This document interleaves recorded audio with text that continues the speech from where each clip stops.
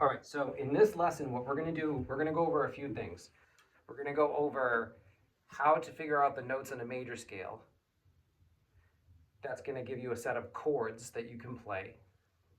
Then we can, when we look at a chord progression, we can figure out the chords and the scales that go along with it. So there's a formula that you need to memorize, which is called the major scale formula. It's whole step, half step, whole step, whole step, whole step, half step. A whole step is a distance of 2 frets, and a half step is a distance of 1 fret. All right, so write that down. That's a writer downer. Whole, whole, half, whole, whole, whole, half. This is the major scale formula.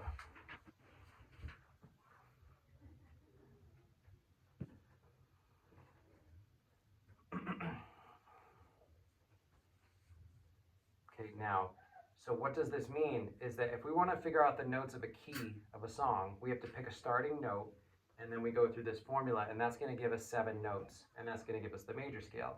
So today we're going to talk about the key of G, and that will become apparent in a moment. So we're going to start on G. Now, then we ask ourselves, okay, what note is a whole step higher than G? So on the guitar, this is a distance of 2 frets. So a whole step higher than G is A. A whole step higher than A is B.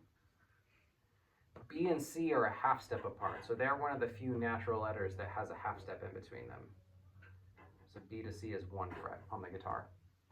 A whole step up from C is D, and a whole step is E. Here's the weird one. A whole step from E is F sharp, and then a half step is G. So we're G to G. Whole step, half step, whole step, whole step, whole step, half step. That gives you this set of notes.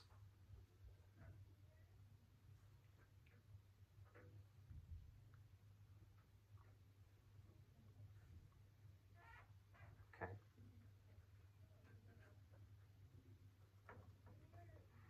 Okay. This is the most important thing in music, is this formula right here. It's like the basis of everything we do. Everything we do, whether it fits into that or not, we're comparing it to that formula.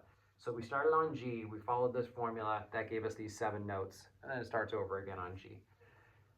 Everyone follow that so far? Okay, so now that we've got that, now we can number each one of these 1 through 7.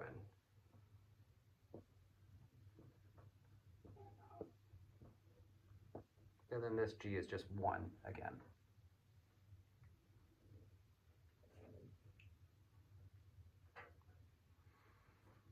Okay, now there are chords that go along with each of these numbers in a major key. I'm going to use Roman numerals now. An uppercase Roman numeral is a major chord, and a lowercase Roman numeral is a minor chord. This is true for every single major key. So it doesn't matter if we're in the key of G major, or A major, or D major, or whatever. You start on the starting pitch, you do this formula, that gives you 7 notes.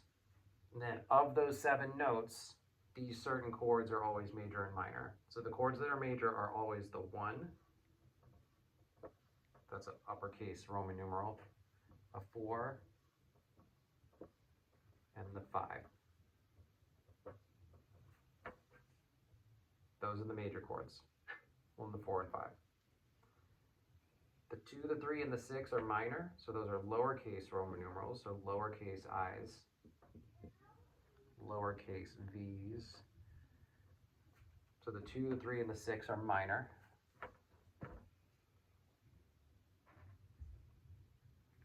And then the 7 is diminished. That's a 7, lowercase, little circle next to it.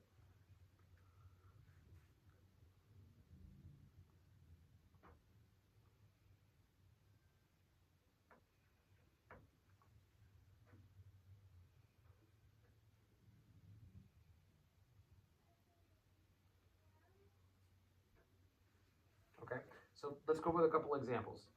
Let's say I told you, hey, we're playing in the key of G, and I said, all right, we're going to play the chords G, A minor, C, E minor.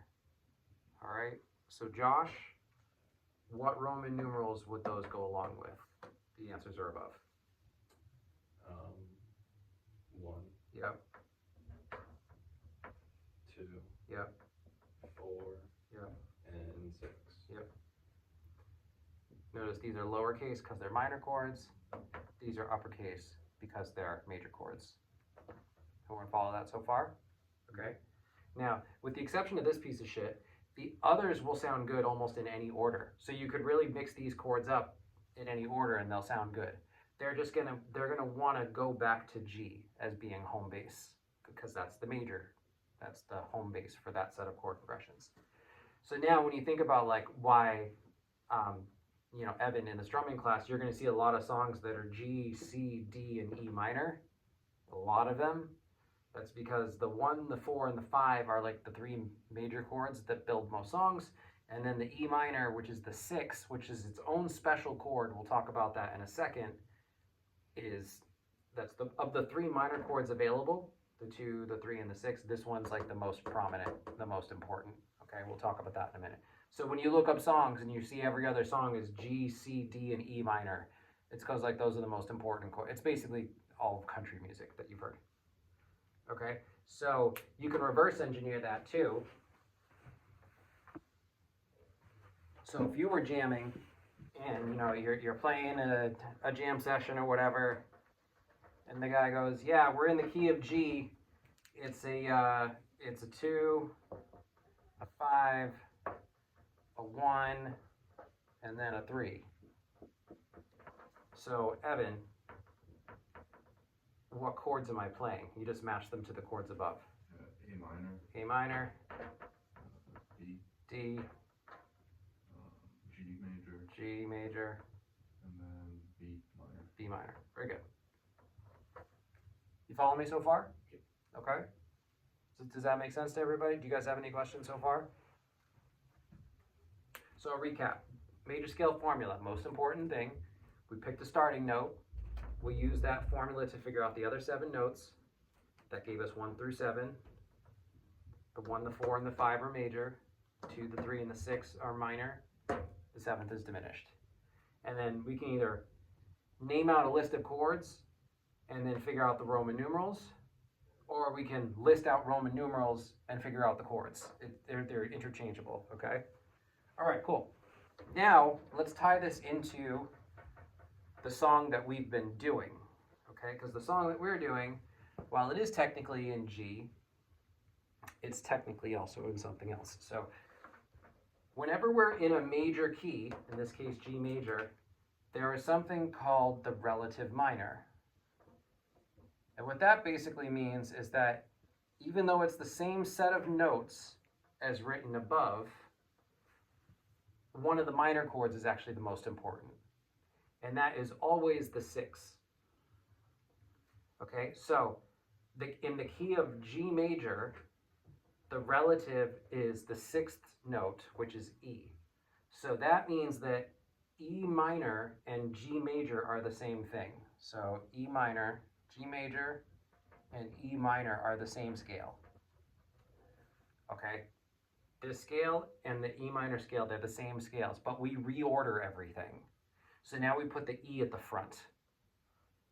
So if I lose you guys at any point, let me know. So we're going to take the same notes, but now we're going to do E, F sharp, G, A, B, C, D, E. All right, so same notes, but we're just starting here instead and continuing, and just since it gets to G, it starts over.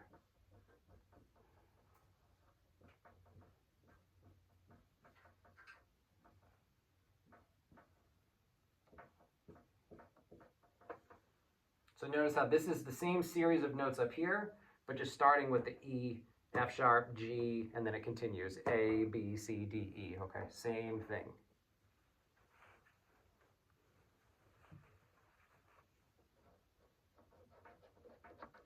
So again, we just took the 6th note and put it at the front. And that's the relative minor. That's why when you guys play an E minor pentatonic, you're also playing a G major pentatonic. They're the same scale, same notes. But when you hone in on the E note, it sounds like an E minor. When you hone in on the G note, it sounds like a G major. Okay, now the Roman numerals also change. Because E, when you look at it like this, E is not the sixth note anymore. It's the first note, right? So the numbers are still 1, 2, 3, 4, 5, 6, 7. But the Roman numerals change. Because the 1, the 4, and the 5, 1, 4, and 5, these are minor chords, right? Mm-hmm. They're the same chords as above, just written below. So now, instead of being a big I, this is a little I. This is a little 4. This is a little 5. Okay. Here's where these chords get screwed up, and follow me on this one, okay? Remember what I said a moment ago about the major scale formula being the most important thing? We compare everything to the major scale formula. Well, this no longer goes whole, whole, half, whole, whole, whole, half anymore. This does whole, whole, half, whole, whole, whole, half. But this one is something screwed up. It's like whole, half, whole, whole, half, whole, whole. It's like this in a different order. So this is screwed up. Now, you don't have to memorize this new pattern of wholes and halves. That sucks. You're gonna have to do that. Okay. Instead, what we're gonna do is we're gonna compare this to what it would be if we wrote out E major. So for a second, we're gonna forget about this G major thing for a second, okay? You've got that written on your notes. I'm just gonna change this now. I'm gonna change these letters.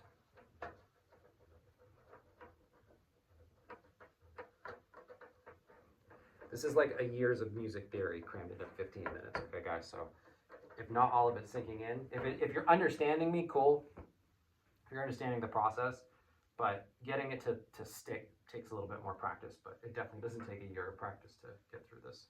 Okay, so what we have down here is E minor. This does not follow whole, whole, half, whole, whole, whole, half. What we're going to do instead is we're going to figure out the key of E major and then see what changes we're making. Okay, so from E, a whole step up from E. Jared, Josh, Chris, you guys want to take a guess? A whole step up from E, so 2 frets up from E on your guitar. F sharp. Yeah.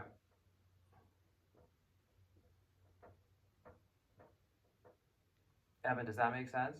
You get that? Okay. A whole step up from F sharp. G sharp. G sharp. Okay. A half step up from G sharp. A. A. Okay. A whole step up from A. B. B. That one's easy, right? Now down here, B and C were a half step apart. So B, a whole step higher, is not going to be B to C. It's going to be B to C Sharp. sharp. And then a whole step up from C sharp is D sharp. And then the half step brings us back to E. Okay, so now up here we have 1, 2, 3, 4, 5, 6, 7. But this follows the major scale formula. Okay, so this is technically, this is E major. This one's E minor. Let's just take a look and see which ones are the same and which ones are different. The E is the 1 on both of them, right? Yeah. Okay, the F sharp, the 1 is on both of them, yeah? G sharp and G, those are different. What do we have to do to G sharp to make it a G? Do we have to make it go higher or do we make it go lower? Flat. Lower. We have to flat it. We have to flat it, right? Does that make sense, Evan, Josh? G sharp? If you're on a G sharp, that's the 4th fret. To get it to a G, you have to go to the 3rd fret. So you're going 1 lower, okay? All right, now, think back a minute ago. When we were in the key of G, and G was the 1 chord, was it a major chord or a minor chord? Major. It was a major chord. And what kind of Roman numerals do we need for major chords? Uppercase or lowercase? Uppercase, okay? So we know that this is going to be some sort of uppercase Roman numeral. We know it's the 3rd note in the scale, but it's not a regular 3. It's not this G sharp 3. It's a G 3. So we have to flat it. So this Flat is, third. yep, so it's a flat and then uppercase 3. See how I got that line of logic? It's not the third note. G sharp is the third note. We have to flat this note to turn it into a G. So that's where we get the flat from. But since it was a major chord, it's an uppercase Roman numeral. So we get a flat major 3. Okay, I'm going to send you guys this video. I highly encourage watching it again. This might be a couple times listening, but I'm going through literally all the steps you need to kind of translate this. Okay, let's go back to the F sharp for a second. F sharp is 2, so this is still like the correct second note. But remember a moment ago, F sharp was a diminished chord. So it's a 2 diminished. It's a diminished because it's still diminished in this series of chords, but the number changed because now it's the second note in the scale. Okay, the 4 and the 5 are the same. Let's go to C. C is different than C sharp, right? So, Evan, here we got a C sharp. This is a C. So did we sharp it or did we flat it? Flat. We flat it, right? Previously, was C a major chord or a minor chord? It was a major chord. So what kind of Roman numeral do I need? Uppercase. So I need a flat 6. Why? Because it's still the 6th note in the scale. 1, 2, 3, 4, 5, 6. But it's not a C sharp 6. It's like a little lower. So it's a flat 6. Okay? Same exact logic here. D sharp is the 7th. So D is going to be the flat 7. Because we have to flat it to get that. And since it was uppercase prior, it's going to be a uppercase now. So these are the Roman numerals of the major key. These are the Roman numerals of a minor key. Okay, now let me go back and write G major back up here. We'll kind of wrap this whole thing up. So starting on G, whole step, half step, whole, and then a half back to G. We started on G, did the major scale formula. That gave us 7 notes. 1, 4, and 5 are major. 2, 3, and 6 are minor. 7 is diminished. We then took the 6th note of the scale, which we said is the relative minor, and we put it at the front, and we rewrote all the letters in that new order with E at the front. But something got messed up because we weren't following whole, whole, half anymore. The numbers were the same, 1, 2, 3, 4, but the Roman numerals had to change because the chords were not major and minor in the exact same order. Okay, so now let's take a look at our backing track that we've been jamming over, and then we'll get into playing. What are the chords to the backing track that we've been playing? E minus 7. Yep. D.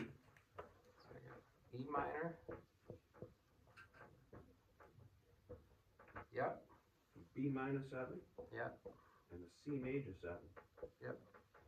Now for now, the major 7 and the minor 7, like these 7s, for now we can just ignore them. Okay? Those numbers don't have anything to do with these. It's like the type of chord. Just a variation. Yeah, exactly. It's just, so these like the prime chords. Okay, so Evan, now using these Roman numerals, because we're playing in a minor key, what's the chord progression? What's the E? It's going to be a, 1. yep, but what kind of 1, because it's lowercase? Minor. Minor 1, yep. Okay. This one is the Flat 6 or 7. flat 7, yep.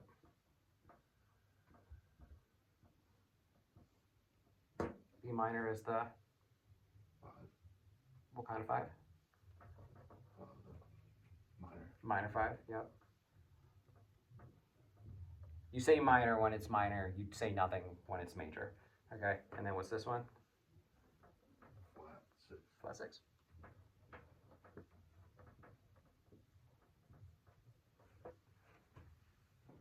So this is the chord progression we're playing. We had to go through all of that just to arrive at where this comes from. So after enough practice with this type of thing, you can look at a song and be like, okay, I know what key this is in, I know the chords that go along with it. I know what other chords could go along with it. You know what scales come along with it. It happens by going through the major scale and practice writing those out, learning how to write their minor scales, and we can do a worksheet where we can have you guys practice doing that. Because the only way to get that stuff down, over time you learn the music theory on the fretboard, but you also want to have the analytical knowledge of what we just did too. But it's not something that you're necessarily thinking about in real time while you're improvising. But when you break it down, this is what's happening. Okay, cool. That was a 20-minute video. Damn, not bad.